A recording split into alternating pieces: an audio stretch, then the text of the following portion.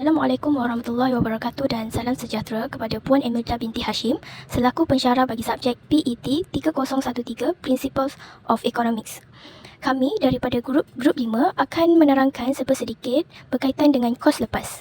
Perkenalkan ahli-ahli kumpulan saya iaitu diri saya sendiri, nama saya Rosalia, seterusnya Syahsyah Alia, Nur Afrina, Nurain Najihah dan akhir sekali Farahana.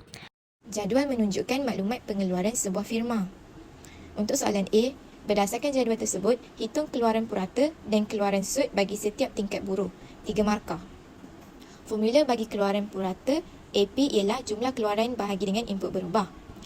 Formula bagi keluaran sud MP ialah perubahan jumlah keluaran bahagi dengan perubahan input berubah. Keluaran purata bagi tingkat buruh yang ke-10 ialah 800 bahagi dengan 10, kita akan dapat 80. Keluaran purata bagi tingkat buruh yang ke-20 ialah 1800 dibahagikan dengan 20, kita akan dapat 90. Tingkat buruh yang ke-30 ialah 3000 dibahagikan dengan 30 dan kita akan dapat keluaran purata sebanyak 100. Seterusnya, tingkat buruh yang ke-40 ialah 3600 dibahagikan dengan 40, kita akan dapat keluaran purata sebanyak 90. Seterusnya, tingkat buruh yang ke-50 iaitu 4000 dibahagikan dengan 50, kita akan dapat keluaran purata sebanyak 80. Dan tingkat buruh yang ke-60 ialah 3600 dibahagikan dengan 60 dan kita akan dapat keluaran purata sebanyak 60. Seterusnya, keluaran sud bagi tingkat buruh yang ke-10 adalah sifar kerana tiada perubahan yang berlaku di jumlah keluaran dan input berubah. Keluaran sud bagi tingkat buruh yang ke-20 ialah perubahan jumlah keluaran sebanyak 1800 tolak 800 dibahagikan dengan perubahan input berubah 20 tolak 10 dan kita akan dapat sebanyak 100. Keluaran sud bagi tingkat buruh yang ke-30 ialah perubahan jumlah keluaran sebanyak 3000 tolak 1800 dibahagikan dengan perubahan input berubah 30 tolak 20 dan kita akan dapat keluaran sud sebanyak 120. Seterusnya, keluaran sud bagi tingkat buruh yang ke-40 pula ialah perubahan jumlah keluaran sebanyak 3600 tolak 3000 dibahagikan dengan perubahan input berubah iaitu sebanyak 40 tolak 30 dan kita akan dapat keluaran sud sebanyak 60. Keluaran sud bagi tingkat buruh yang ke-50 ialah perubahan jumlah keluaran sebanyak 4000 tolak 3600 dibahagikan dengan perubahan input berubah iaitu sebanyak 50 tolak 40 dan kita akan dapat keluaran sud sebanyak 40. Keluaran sud bagi tingkat buruh yang ke-60 ialah perubahan jumlah keluaran sebanyak 3600 tolak dengan 4000 dibahagikan dengan perubahan input berubah sebanyak 60 tolak 50 dan kita akan dapat keluaran sud negatif 40. Soalan B, berdasarkan jawapan A, pada unit buruh berapakah bermulanya hukum pulangan berkurangan?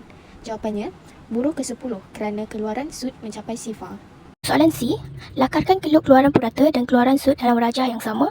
Tunjukkan tahap-tahap pengeluaran. Pertama sekali, perlulah lukis satu garis lurus melintang dan menegak seperti dalam gambar tersebut. Kemudian, tulis kosong sebagai origin keluk tersebut. Kemudian, tuliskan AP/MP iaitu merujuk kepada average production atau marginal production. Dan pada garis mendata pula, tuliskan buruh dalam kurungan orang.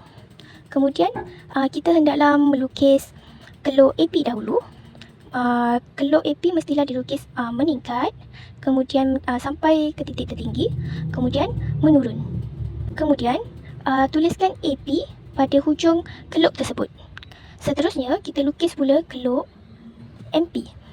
Bagi keluk MP, keluk mestilah meningkat, kemudian meningkat pada tahap 1, kemudian menurun pada tahap 1 juga, lepas tu menurun lagi, memotong keluk AP pada tingkat tertinggi AP.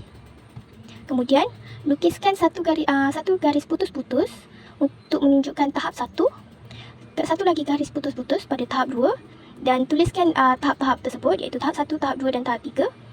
Kemudian jangan lupa untuk tuliskan jumlah bagi tahap bagi pada buruh tersebut iaitu tahap pada garis melintang tersebut iaitu 10 orang buruh. Pada tahap 1, AP sedang meningkat. Jadi, keluk MP akan lebih besar daripada keluk AP. Tahap kedua pula, AP telah mencapai maksimum. Oleh itu, keluk AP sama dengan keluk MP. Bagi tahap ketiga, AP sedang berkurang. Jadi, keluk AP lebih besar daripada keluk MP. Beralih ke soalan D, iaitu jika sewa tanah untuk sehektar adalah RM1009 dan upah buruh adalah RM2009, hitung jumlah kos tetap dan jumlah kos sebulan apabila firma mengeluarkan 1,800 tan metrik keluaran. Pertama, berdasarkan jadual untuk keluaran sebanyak 1,800 tan metrik, firma memerlukan 100 hektar tanah dan 20 orang buruh. Oleh itu, untuk mengira jumlah kos tetap, kita perlu darabkan RM1000 dengan 100 hektar. Kerana sehektar bersamaan dengan RM1000, kita akan mendapat RM100,000 untuk jumlah kos tetap. Seterusnya, kirakan jumlah kos berubah iaitu RM2000 darab dengan 20 buruh kerana seorang buruh mendapat upah sebanyak RM2000. Jadi jumlah kos berubah yang kita akan dapat ialah RM40,000. Untuk mendapatkan jumlah kos, kita perlulah menambahkan jumlah kos tetap dengan jumlah kos berubah iaitu RM100,000 tambah dengan RM40,000 bersamaan dengan RM140,000 kita akan dapat untuk jumlah kos.